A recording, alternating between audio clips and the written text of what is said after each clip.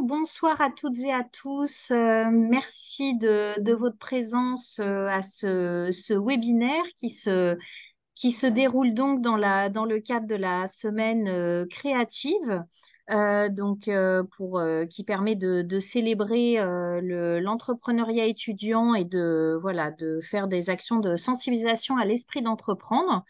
Et dans le cadre de cette semaine, Pépite France souhaitait vous proposer un webinaire pour vous présenter le statut national étudiant entrepreneur. Donc avant tout, je vous propose qu'on se présente pour que vous sachiez qui intervient aujourd'hui. Tout d'abord, je suis Élodie Ituria et donc je suis responsable Pépite France. Bienvenue à tous, je suis Manon, responsable des partenariats pour Pépite France et je laisse la parole à Valentin, si tu veux te présenter. Et du coup, moi, c'est Valentin Fontaine. Du coup, je suis chargé de mission sur le pépite A2U, donc qui est l'un des deux pépites qui se situe dans les Hauts-de-France. Merci Valentin. Oui, en effet, on a demandé à un Pépite d'être présent à nos côtés ce soir puisque ça nous semblait important que vous puissiez échanger avec quelqu'un de Pépite France, mais également une personne qui travaille au sein d'un Pépite. Et en plus, Valentin a un profil également entrepreneur. Il comprend extrêmement bien tout le cursus étudiant-entrepreneur et puis notamment tout ce parcours. Merci en tout cas, Valentin, de ta présence à nos côtés pour ce webinaire ce soir. Et ben, c'est un plaisir. Et puis comme ça, je pourrais aussi témoigner de mon parcours parce que j'ai été étudiant entrepreneur et j'ai fait le diplôme d'étudiant entrepreneur que je vous présenterai par la suite. Donc, s'il y a des questions aussi bien techniques en tant que chargé de mission que du vécu sur le parcours, je pourrais vous répondre avec grand plaisir. Merci Valentin. Alors du coup, je propose peut-être qu'on démarre, s'il te plaît, Manon. Merci. Alors pour vous donner un petit peu le cadre l'historique pour que vous compreniez un petit peu ce qu'est Pépite France. Donc en fait, le dispositif Pépite a été créé par le ministère de l'Enseignement supérieur et de la Recherche en 2014. L'acronyme PEPIT signifie Pôle étudiant pour l'innovation, le transfert et l'entrepreneuriat. Alors, l'objectif principal, vraiment la mission première des pépites, c'est de promouvoir l'esprit d'entreprendre dans l'enseignement supérieur.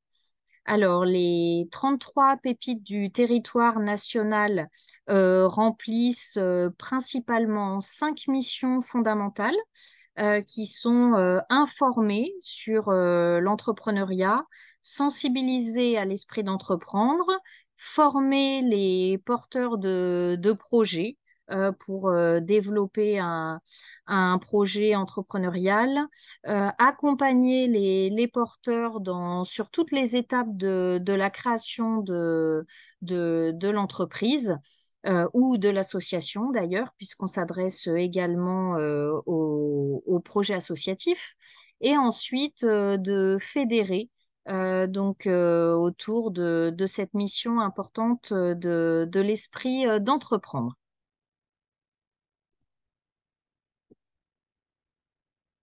Alors, sur cette slide, vous pouvez découvrir un petit peu la carte de répartition des 33 pépites du territoire.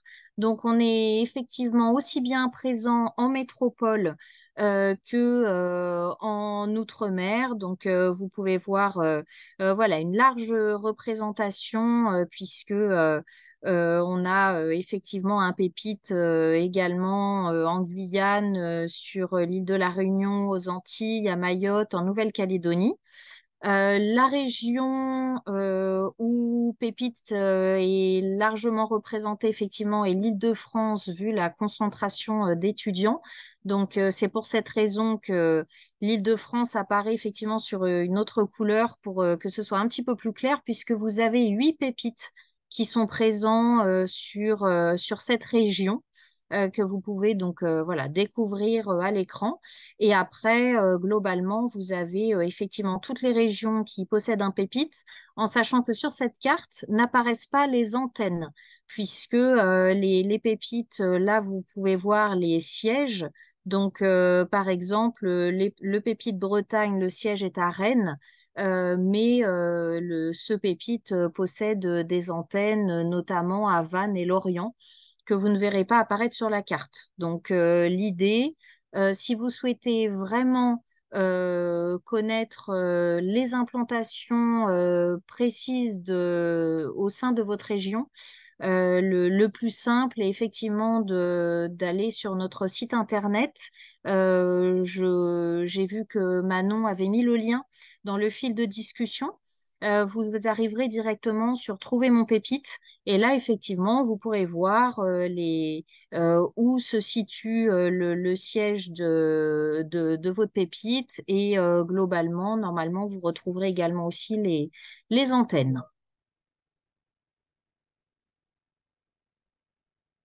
Alors, à savoir que le SN2E, ah, je me rappelle plus, c'est peut-être à Valentin là de présenter. Comme tu veux. Oui, Elodie. Oui, oui, oui, pardon, parce que je suis en train de me dire, alors je laisse la parole à Valentin qui prend la suite pour le SN2E. Voilà. Donc, à savoir du coup que le SN2E, c'est totalement gratuit, étant donné que c'est un dispositif ministériel, pardon. Il est ouvert à tous. Les conditions, bah, c'est d'avoir obtenu le bac parce que c'est destiné aux études supérieures. Voilà, c'est la seule condition qui va être pour l'obtention de ce statut. Donc, il permet également aux jeunes diplômés de développer leurs projets entrepreneuriaux avec différents avantages que je vous présenterai juste après. Donc, sur ces avantages, on a un double accompagnement. Donc, la possibilité d'être accompagné par un mentor académique et un mentor professionnel. Donc, le mentor académique, c'est un enseignant ou un enseignant-chercheur. Et le mentor professionnel, c'est quelqu'un qui est dans le secteur d'activité de votre projet. Euh, En plus de ces mentors, peut y avoir du coup une mise en réseau avec des partenaires financiers, avec des partenaires dans le juridique, etc. Le but, c'est de vous apporter toutes les compétences et tout le panel des besoins que vous avez sur la création de votre entreprise à travers le réseau Pépites et de ses partenariats. Vous avez aussi des opportunités qui vous sont ouvertes une fois que vous avez le statut, aussi bien pour des concours internes à Pépite, comme le prix Pépite, ou des appels à projets qu'on centralise et des partenariats qu'on vous ouvre au sein du centre Pépite. Et du coup, votre chargé de mission peut vous mettre des alertes sur certains concours qui sont intéressants pour votre projet. Vous avez un droit aussi qui est ouvert après l'attribution du statut national d'étudiant entrepreneur sur la substitution de stage. Donc, la substitution de stage, pour vous expliquer le principe, c'est la possibilité de dédier votre temps de stage à votre entreprise. Donc, de faire votre stage dans votre propre entreprise au lieu de le faire dans une entreprise extérieure. Ça, c'est en travail du coup avec votre pépite et l'équipe pédagogique de votre diplôme pour valider la validation de vos ECTS qui correspondent à cette substitution de stage. Il y a également la possibilité d'avoir un aménagement de l'emploi du temps. Le statut est un statut national, donc un peu comme le statut de sportif de haut niveau qui est peut-être un peu plus connu. Vous avez la possibilité d'aménager votre emploi du temps pour dédier du temps à votre entreprise. Pareil, en lien avec votre équipe pédagogique et les équipes Pépites qui vous suivent. Vous avez la plateforme Pépite Easy, qui est une plateforme qui est totalement dédiée à votre suivi de projet, où dessus, vous allez pouvoir retrouver l'agenda des pépites avec tout ce qu'ils proposent, comment les offres, les opportunités d'appel à projet, votre suivi d'accompagnement, donc aussi bien avec vos chargés de mission pépites qu'avec vos accompagnants. Vous avez aussi un espace de stockage pour vos documents. Enfin, vraiment, c'est un outil vraiment un hub pour manager votre projet. On a également d'aide à la recherche de financement, donc on est souvent en lien dans les pépites avec les initiatives, avec tout ce qui est réseau entreprendre, euh, la BPI, tous ces organismes qui interviennent dans l'aspect de financement des projets. Donc voilà, vos chargés de mission ont déjà des liens privilégiés avec ces réseaux de financement et le but c'est de vous accompagner au mieux pour aller les chercher. On a également sur Pepitizi une partie visibilité de la communauté sur votre projet. Donc, vous avez la possibilité de rendre votre projet public sur la plateforme pour pouvoir faire la promotion de votre projet. Après, c'est vraiment à vous, selon votre stade de projet, etc., de décider si c'est pertinent de vous exposer sur la plateforme Pepitizi. Et vous avez aussi accès à des espaces pardon, de coworking un peu partout sur le territoire pour pouvoir travailler à la fin de vos cours, pour pouvoir aussi recevoir en rendez-vous professionnel vos prospects, des partenaires, etc. Le but, c'est de vous offrir un espace professionnel pour pouvoir faire vos rendez-vous et éviter de faire ça dans des restaurants ou chez vous. Là, vous avez un environnement qui est assez professionnel et assez structuré. Valentin, on a une première question. Oui. Concernant l'alternance, déjà, est-ce que c'est possible d'avoir le statut quand on est alternant? Alors oui, c'est tout à fait possible. Moi, j'étais moi-même alternant quand j'ai bénéficié du statut. La seule chose que je vous ai présentée dans les avantages, du coup, qui n'est pas possible pour les alternants, c'est la substitution de votre alternance. Le projet ne peut pas remplacer une alternance complète. Donc là, on sera sur un profil où la substitution de stage n'est pas possible. Et vous aurez accès par contre au reste, à l'accompagnement, à toutes les opportunités, l'aménagement d'emploi du temps quand vous êtes sur vos temps scolaires. Euh, la seule nuance qu'il y a du coup avec l'alternance, c'est que vous êtes tenu quand même d'avoir une alternance au sein d'une entreprise. Et justement, en termes d'aménagement de l'emploi du temps, Kevin qui posait la question demande si, bah, dans le cadre de l'alternance, c'est possible de faire cette demande-là. C'est-à-dire que, il est en cours le lundi et mardi. Est-ce que sur le lundi et mardi, il pourrait demander un aménagement d'emploi du temps? Oui, tout à fait. Tu peux demander un aménagement d'études. C'est un dossier qui peut se faire au sein de ton établissement pour l'aménagement d'études. Les équipes du Pépite où tu seras t'accompagneront pour faire cette demande et travailler là-dessus. Mais c'est un dispositif qui existe, l'aménagement d'emploi du temps. Il existe aussi bien pour les sportifs de haut niveau, les artistes de haut niveau. Il y a il y a plusieurs profils qui permettent d'aller sur cet aménagement d'emploi du temps. Et le statut d'étudiant entrepreneur te permet d'avoir accès à cet aménagement d'emploi du temps.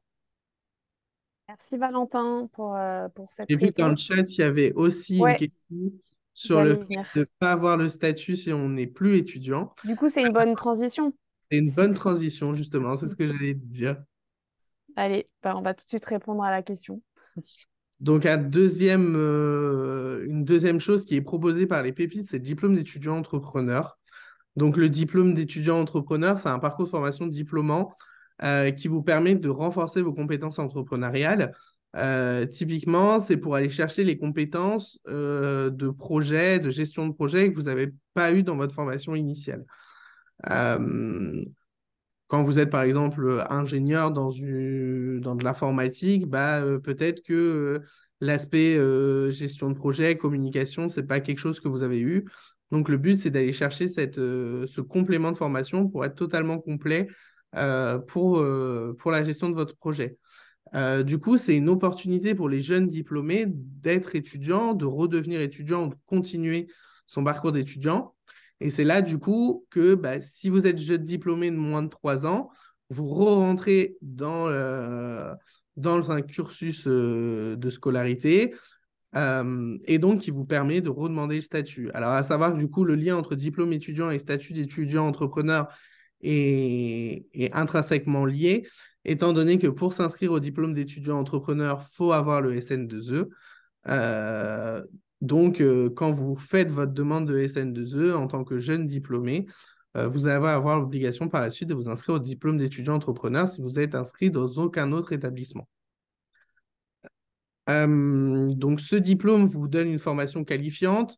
Vous avez aussi un certificat qui a été mis en place depuis 3 ans, en plus de ce diplôme, qui est un certificat de compétences qui va valider vos compétences entrepreneuriales, aussi bien sur des soft skills que sur des hard skills. Donc, pour revenir sur ce terme, le soft skills, ça va être toutes les compétences douces que vous avez développées. Donc, le travail en équipe, la capacité à trouver une opportunité, à la concrétiser. Donc, Pépite vient valider toutes ces compétences que vous avez développées pendant votre projet parce qu'il n'y a aucune obligation de création d'entreprise au sein du Pépite.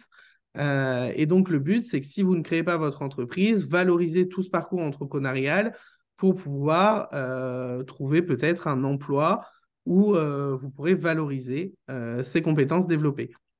Dans le diplôme d'étudiant entrepreneur, il y a un suivi d'accompagnement qui est renforcé, à savoir que pour le statut national d'étudiant entrepreneur, vous avez minimum 3 rendez-vous dans l'année, donc 3 rendez-vous avec votre chargé de mission ou un accompagnant. Et pendant le pendant le D2E, pardon, ce nombre de rendez-vous minimum est à 5. Et l'avantage aussi de rester étudiant, c'est de maintenir tout ce qui est bourse, avantage étudiant. Donc, à l'époque, c'était mutuelle, mais je crois que maintenant, les mutuelles, ça fonctionne plus avec votre statut d'étudiant. Mais vous avez du coup accès à toutes ces simplifications, tous ces avantages, aussi bien auprès des organismes bancaires, etc., en gardant un statut d'étudiant. Il y a une petite question de Christella. Elle demande, est-ce que pour être accepté, il faut vraiment avoir un projet mature? J'ai plein de projets. Est-ce qu'on va m'aider à choisir, à affiner mon projet? Alors, ça peut être l'accompagnement que tu demandes. En fait, quand on vient chez Pépite, qu'on demande le statut, donc c'est un dossier qu'on dépose sur une plateforme ministérielle, et à la suite, est convoqué à ce qu'on appelle un comité d'engagement. Là, le but, ça va pas être de déterminer la fiabilité de ton projet. Il va y avoir 3 critères. Le premier, ça va être ta motivation à entreprendre. Donc, est-ce que c'est quelque chose qui t'attire vraiment l'entrepreneuriat et que c'est pour ça que tu demandes le statut. La deuxième, c'est ce qu'on appelle la démarche exploratoire. Donc, est-ce que tu as commencé à explorer ton idée? Est-ce que tu as commencé à faire des recherches, etc. Typiquement, c'est pour différencier un vrai projet entrepreneurial de ce qu'on peut appeler une idée sous la douche, donc une idée comme ça qui t'est arrivé et qui n'est pas plus concrète que ça. Là, en fait, on va juste aller voir que voilà, c'est quelque chose qui a été réfléchi, c'est pas juste une idée qui t'est passée par la tête et qu'une semaine après, tu l'as oublié, parce que le statut il est valable 1 an, donc tu es accompagné sur ton projet pendant 1 an, et le but, c'est pas qu'au bout de quelques semaines, tu viennes à plus être engagé dans le pépite parce que bah, c'est plus un projet qui t'attire. Et le troisième critère, c'est la compréhension du SN2E et donc d'avoir compris ce que ça t'apporte et d'avoir identifié pourquoi tu viens chez Pépite. Et typiquement, bah, venir chez Pépite en disant, voilà, moi j'ai plusieurs projets qui me tiennent à cœur, mais j'arrive pas à choisir, bah, ça peut être tout à fait ta demande quand tu viens t'inscrire au SN2E, de dire, bah voilà, moi j'ai besoin d'accompagnement pour savoir quel projet est le plus fiable, quel projet dans lequel je vais mieux m'épanouir. Voilà, l'idée c'est qu'on puisse t'accompagner aussi sur ce choix de projet, mais c'est quelque chose qui est faisable. On a des étudiants, nous, qui viennent avec 2, 3 projets. L'idée c'est d'en avoir un maximum 2 au final, parce qu'on ne peut pas avoir 30 projets, ça prend déjà énormément de temps d'en avoir un. Donc le but, ça va être de choisir, mais avec tes critères à toi. Chez Pépite, on est vraiment dans l'accompagnement et le but, c'est pas prendre les décisions à ta place. Donc on t'amènera à la réflexion qui te fera prendre une décision sur quels projets sont intéressants à continuer. Et justement, Valentin, peut-être tu peux nous en dire plus sur comment on demande le statut, Oui, la alors démarche à faire. j'ai vu que Manon, tu l'as repartagé ou pas, le lien de la plateforme ministérielle. Alors, j'ai mis le lien de Pépite France. Vous allez retrouver ce qu'on vient de se dire avec le lien qui redirige vers la plateforme ministérielle pour déposer votre candidature.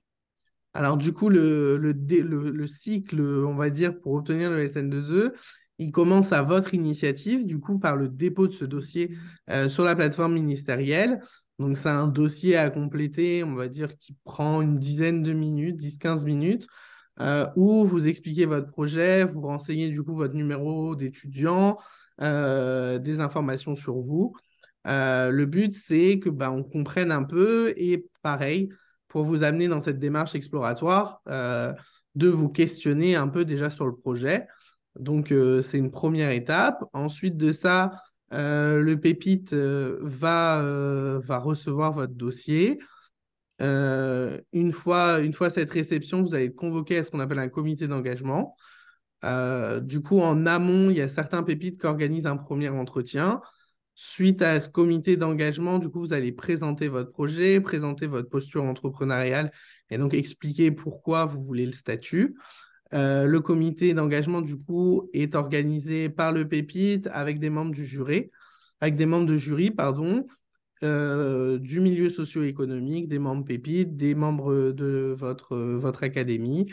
Et le but, c'est de vous délivrer le statut. Une fois que ce statut vous est délivré, vous recevez un mail de votre pépite vous invitant à vous connecter sur la plateforme Pépite Easy et commencer votre suivi et vos entretiens.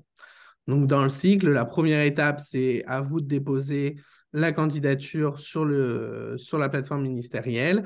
Ensuite, c'est le pépite qui vous recontacte pour vous convoquer à un comité d'engagement qui vous donne son avis favorable ou défavorable.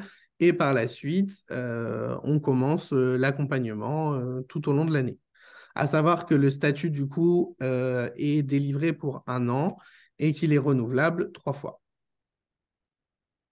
J'ai encore une petite question. Est-ce que les étudiants étrangers peuvent candidater? Alors, les étudiants étrangers qui sont scolarisés dans un établissement français peuvent tout à fait candidater, pardon. L'un des critères, du coup, c'est être dans un établissement français et qui est rattaché, du coup, au pépite en question. Le pépite de rattachement de base, c'est un peu comme vous aviez des collèges de secteur. Là, on va dire que ça va être un pépite de secteur. Selon l'établissement où vous êtes pré-rattaché à un pépite. Ok, merci. Alors, encore une question. L'aménagement de Tarek, l'aménagement de l'emploi du temps permettra à quelles activités concrètement? Doit-on se rendre durant ces créneaux auprès de l'antenne Pépite de notre région ou sont dispensés des cours et les activités par exemple? Alors, le but de l'aménagement de l'emploi du temps, donc ça va être en lien avec vos équipes pépites et votre équipe pédagogique. Généralement, moi, je prends le cas dans notre pépite, ça va être des rendez-vous qui s'inscrivent dans votre parcours. Donc, typiquement, vous êtes en train de chercher un fournisseur. Votre fournisseur il est capable de vous donner des rendez-vous que sur des plages horaires qui correspondent à des temps où vous êtes en études. Donc là, on peut faire une dérogation, un aménagement pour que vous puissiez honorer ces rendez-vous, vu qu'il n'y a pas d'autres possibilités. Si c'est des événements qui sont organisés par vos pépites en journée, donc là, pareil, vous avez une dérogation pour pouvoir participer aux événements. Pour vos rendez-vous d'accompagnement, pareil, s'il n'y a pas d'autres disponibilités. Le but, c'est que ça soit pertinent pour votre projet. On ne va pas vous faire sortir juste parce que vous avez besoin de travailler, par exemple, en autonomie sur la partie financière. Ça, vous êtes en mesure de le faire le soir après vos études. C'est vraiment la possibilité de travailler et des rendez-vous impératifs qui ne peuvent pas coïncider avec votre emploi du temps d'étudiant. Merci beaucoup. Alors pour l'instant, il n'y a pas d'autres questions. Peut-être qu'on peut passer à la slide d'après. Oui. Alors, du coup, c'était sur pourquoi rejoindre le Pépite. Du coup, vous êtes dans un réseau, une communauté d'entrepreneurs. Vous rencontrez d'autres étudiants entrepreneurs qui sont dans votre Pépite. Vous êtes en connexion avec l'écosystème local, donc toutes les structures de financement, tous les accompagnants. Vous avez du coup les événements pépites et des concours qui vous sont ouverts. Vous avez une offre de formation et d'accompagnement, à savoir qu'il y a des modules de formation aussi sur Pépite Easy qui vous permettent d'être en auto-formation sur sur plusieurs aspects de l'entrepreneuriat et également lors d'événements, il y a des formations. Et vous avez accès à des experts, juristes, financiers, comptables, pour pouvoir mener à bien votre projet. Et il y a aussi plein d'autres choses qui vont sont ouvertes. Typiquement, Pépic France, tout au long de l'année, signe des partenariats avec des entreprises pour vous avoir de la gratuité sur certaines choses, des codes promo pour pouvoir mener à bien votre projet. Typiquement, en ce moment, il y a une offre qui permet d'avoir des crédits des services Amazon serveurs et web qui vous sont totalement offerts. Donc, il y a tous ces partenariats que l'équipe Pépite France travaille au fil de l'année. Donc, c'est pour ça qu'on ne peut pas vous les citer, parce que si ça se trouve, demain, il y en aura un nouveau qui apparaîtra. Donc, vous avez toutes ces opportunités qui vous sont ouvertes sur Pépite Easy. Donc, c'est aussi intéressant, une fois que vous êtes étudiant entrepreneur, d'être régulier sur la plateforme pour aller voir tous ces avantages qui s'incrémentent de jour en jour. Active mon son, c'est plus simple. Est-ce que Pépite peut nous aider à avoir du matériel comme un ordinateur, par exemple? Alors, Pépite ne finance pas du matériel pour vous. Après, on a des espaces de coworking où parfois il y a du matériel, qui est mis à votre disposition. On peut vous accompagner dans le financement pour aller vous financer le matériel. Mais à ma connaissance, il n'y a aucun Pépite qui vous offre un ordinateur en arrivant chez Pépite ou du matériel. L'idée, c'est de vous accompagner à trouver les financements ou alors à aller dans des espaces de coworking ou des espaces dédiés où vous avez du matériel qui est à votre disposition. Très clair, merci beaucoup. Peut-être qu'on peut donner des données plus concrètes pour se rendre compte de ce qu'est en chiffres, ce que représente le réseau. Hop, donc, voilà. Alors effectivement, pour que du coup vous ayez un petit peu plus à l'esprit ce que le réseau représente, donc pour l'année universitaire, puisque effectivement nos chiffres, on se cale sur l'agenda des étudiants, donc on parle en année universitaire. Donc l'année universitaire 2022-2023, nous avons eu 5612 étudiants entrepreneurs répartis sur les 33 pépites du territoire national. Donc, on est depuis le début du dispositif, donc ça fait 9 ans maintenant, on est à un peu plus de 34 000 étudiants entrepreneurs qui ont été accompagnés par les pépites. Donc ensuite les pépites réunies, on est à plus de 130 000 étudiants qui sont sensibilisés à l'entrepreneuriat chaque année. Concernant le réseau, donc nous avons 2000 mentors qui accompagnent les étudiants entrepreneurs voilà, au quotidien, toujours pareil, répartis sur les 33 pépites. Nous avons également 676 référents entrepreneuriat qui réalisent ces accompagnements et qui sont aussi comment dire, les correspondants. C'est eux qui vont être le relais entre le pépite et l'établissement.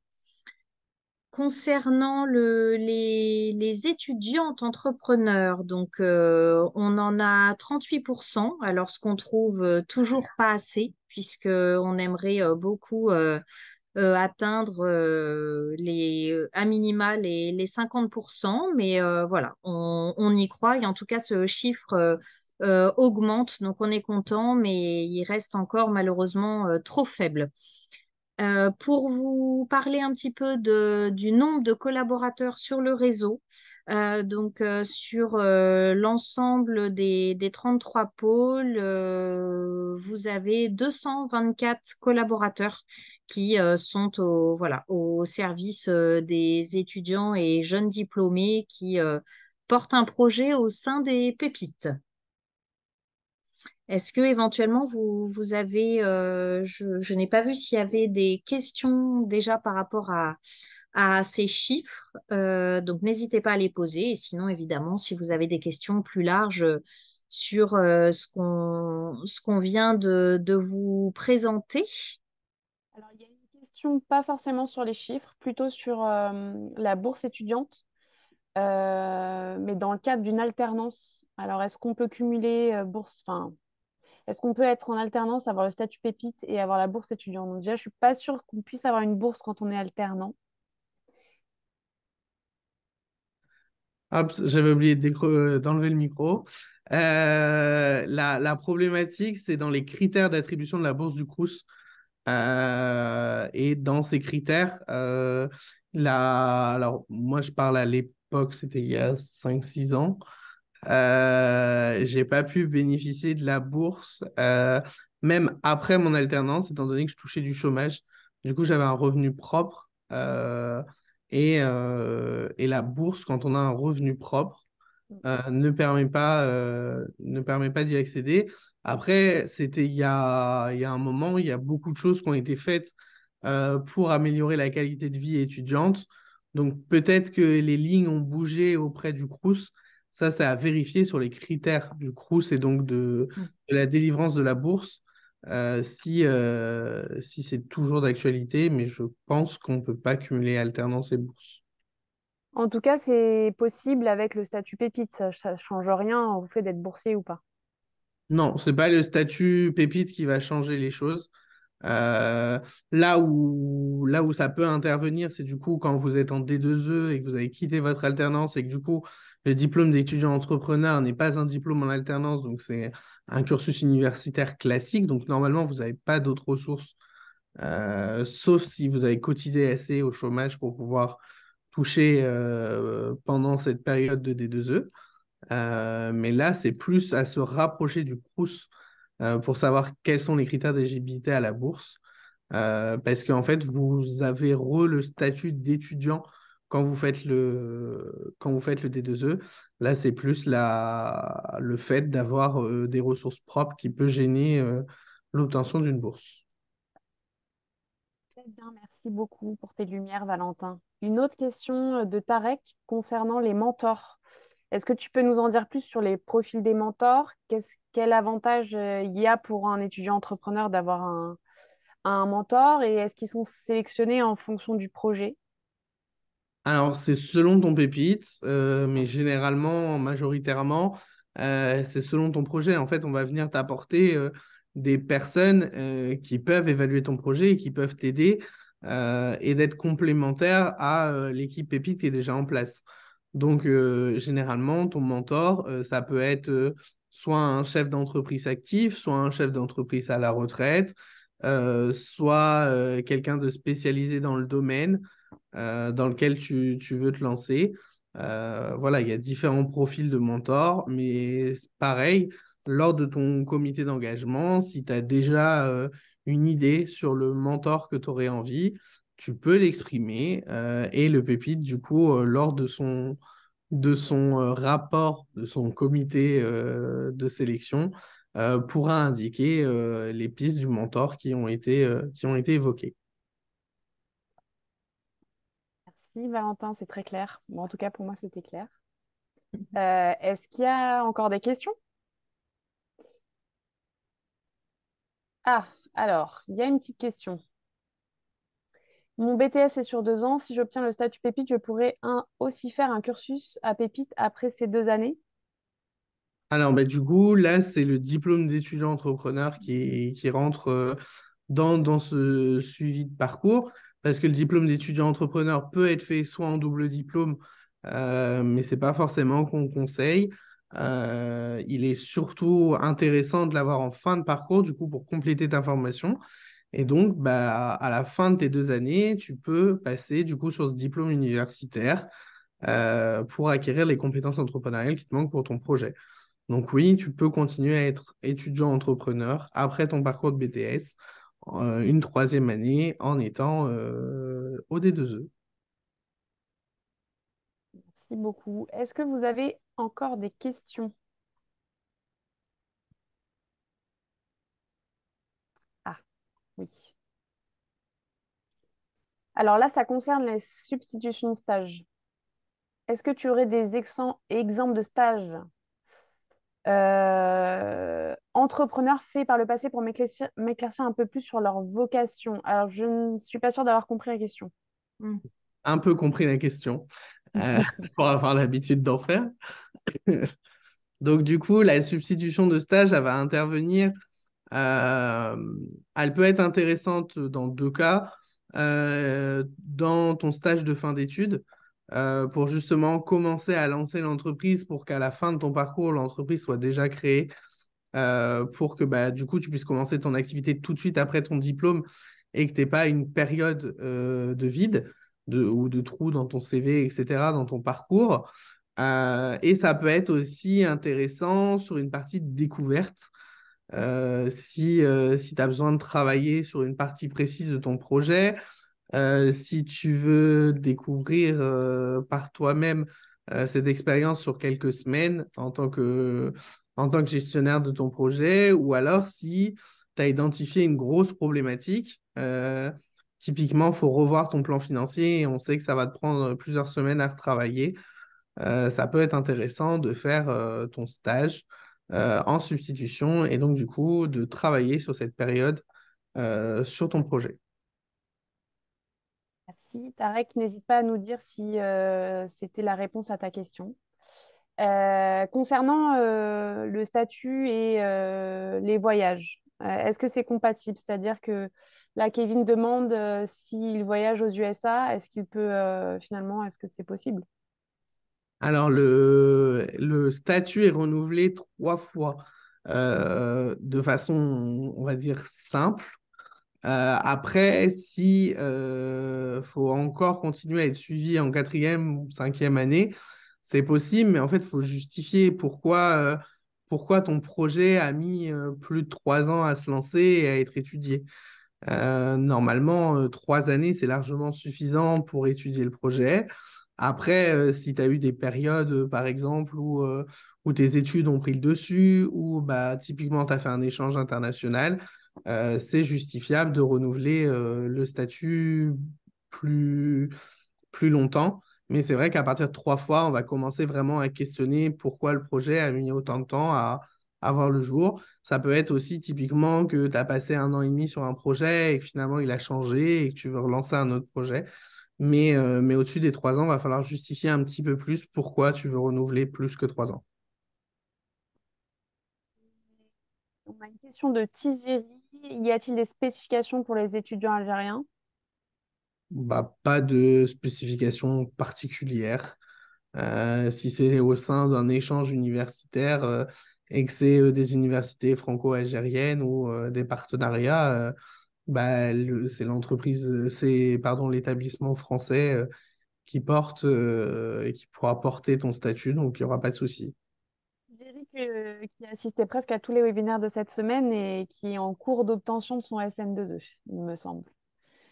Euh, Kevin demande s'il peut créer son entreprise pendant les 2 ans de BTS. Est-ce que c'est compatible? Et oui, justement, le but, c'est aussi de te permettre de tester cette expérience jusqu'au bout pendant tes études. Donc, c'est là aussi où l'aménagement d'emploi du temps intervient. Parce que typiquement, si pour la survie de ton entreprise, tu dois avoir du temps libre, il est tout à fait possible d'avoir déjà créé. Il y en a même qui rejoignent Pépite après avoir créé et qui s'aperçoivent que bah, ils ont des lacunes ou ils ont des manquements ou ils ont des questionnements et qu'ils ont créé eux-mêmes leur entreprise. Donc, on peut créer avant, pendant et après. Merci Valentin. Il est très clair, Valentin. Voilà, je pense que C'est vrai. Pense avec l'expérience. Très bien. Il nous reste quelques minutes encore. Est-ce que vous avez d'autres questions? C'est le moment. Peut-être qu'à l'écran, Manon, tu peux mettre si les participants veulent noter la dernière slide avec nos contacts. L'adresse mail, bien Euh, sûr, ouais. Voilà. Puisque évidemment, à l'issue du webinaire, on se doute que vous pouvez avoir d'autres questions qui peuvent arriver et auxquelles on n'aura pas répondu aujourd'hui. Pas d'inquiétude. Vous avez, alors on vous remet notre site internet sur lequel vous pourrez trouver vraiment beaucoup d'informations. Mais également, vous avez notre boîte contact qui est consultée voilà, tous les jours. Et donc, il vous suffit de nous préciser que vous avez participé au webinaire et que voilà, vous avez éventuellement deux, trois questions supplémentaires et on se fera un plaisir d'y répondre et également de vous aider aussi, par exemple, à trouver votre pépite si vous avez un doute.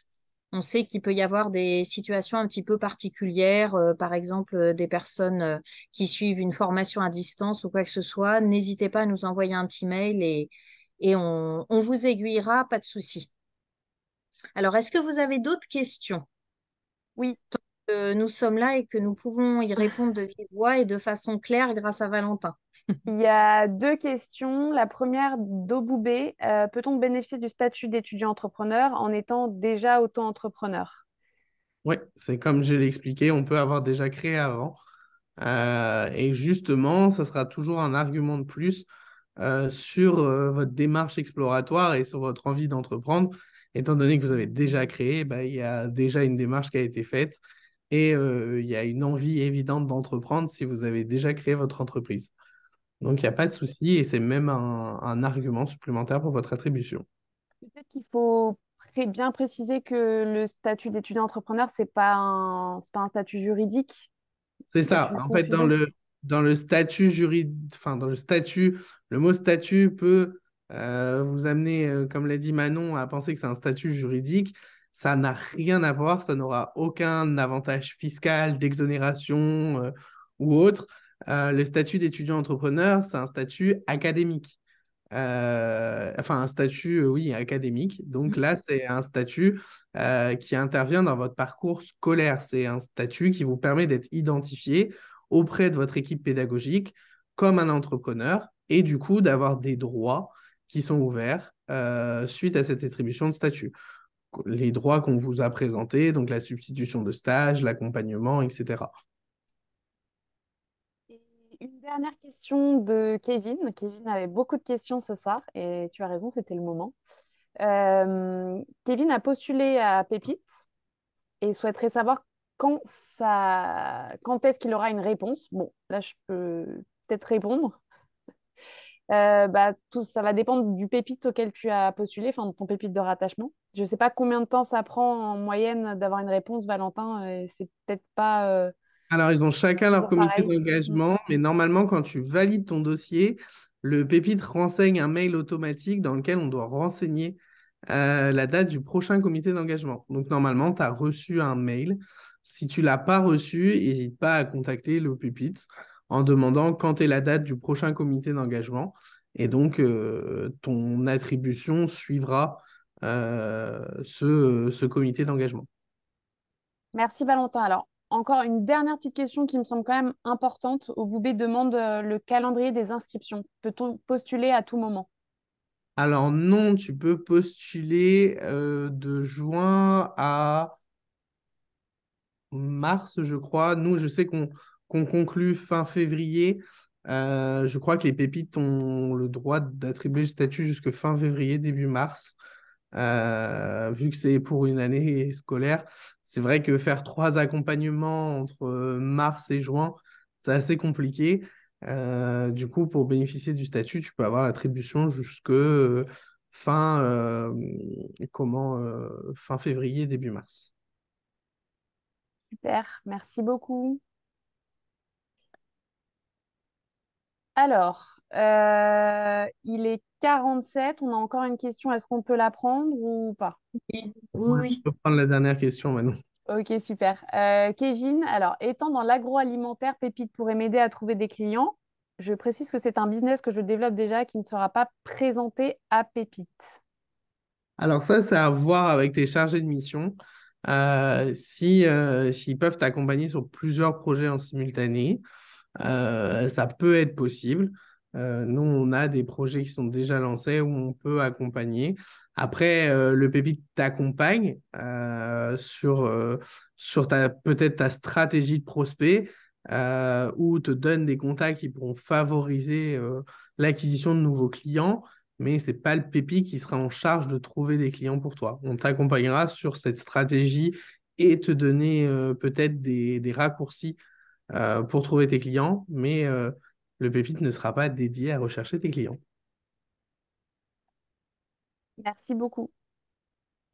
Bon, ben, je pense que on arrive à la fin du webinaire. Je vous ai mis la playlist des replays. Donc, normalement, le replay de ce soir devrait être disponible lundi. Et surtout, n'hésitez pas à nous contacter si vous avez des questions complémentaires ou des questions auxquelles vous n'aurez pas pensé. Je vous remets le mail encore une fois. Euh, et voilà. Merci en tout cas à tous de votre disponibilité, donc de votre présence à ce webinaire et puis aussi de toutes les questions que vous avez posées parce que ça nous permet d'avoir un webinaire qui soit interactif et c'est vraiment ce qu'on recherche et c'est plus intéressant pour nous tous. Donc merci beaucoup. Je vois que Manon vient de remettre effectivement la liste des webinaires qui vous permettra de découvrir des replays des différents webinaires que nous avons pu proposer durant la semaine.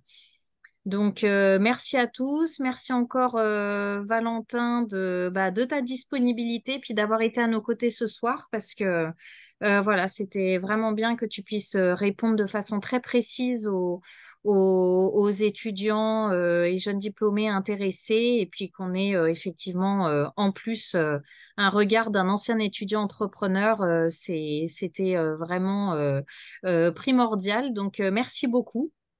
Ah, merci à vous et j'espère qu'on aura plein d'inscrits dans les pépites pour pouvoir vous accompagner et vous aider à lancer vos projets entrepreneuriaux. Merci beaucoup. Bonne soirée à tous. Merci, bonne soirée à tous. À très bientôt.